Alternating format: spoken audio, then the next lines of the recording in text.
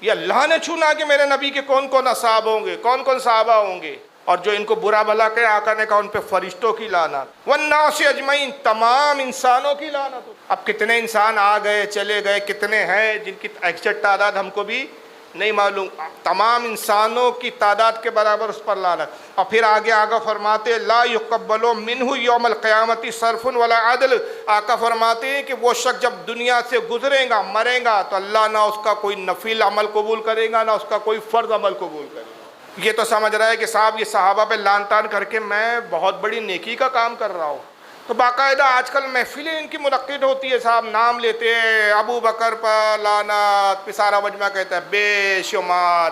ابے تمہارے شمار کی کوئی حیثیت نہیں ہے، بے شمار فرشتوں کی لعنت تم پہ پڑ رہی ہے، اور یہ نبی بتا رہے ہیں، اور نبی کا قول حرف آخر ہے، تو تم پر لعنت ہونا تو ثابت شدہ ہے، اور تمہاری لعنت سے کچھ ثابت ہونے والا نہیں۔ تمہاری لعنت تمہارے منہ پہ پڑ، اس کی دلیل ہے جس پر لعنت بھیج رہے ان پر تو یہ انعام ہے کہ وہ پہلو رسول میں آرام کر رہے ہیں،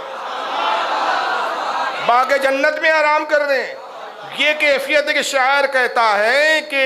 تذکرہ قرآن میں جس کا سورہ کوثر میں اِنَّا أَعْطَيْنَاكَ الْكَوْثَرَ، محبوب ہم نے آپ کو کثرت عطا فرمائی، کثیر فضائل عطا کی۔ ایک تفسیر یہ ہے کہ کثرت سے مراد یہاں یہ ہے کہ ہم نے کثیر فضیلت عطا کی، اور ایک یہ کہ ہم نے نہر کوثر دی۔ دو تفسیریں آئی ہے، تذکرہ قرآن میں جس کا سورہ کوثر میں ہے، نور اس کا واللہ بحر و بر میں ہے، آج بھی ہے گنبد خضرا میں ابو بکر و عمر، مصطفیٰ کے گھر کی دولت مصطفیٰ کے گھر میں،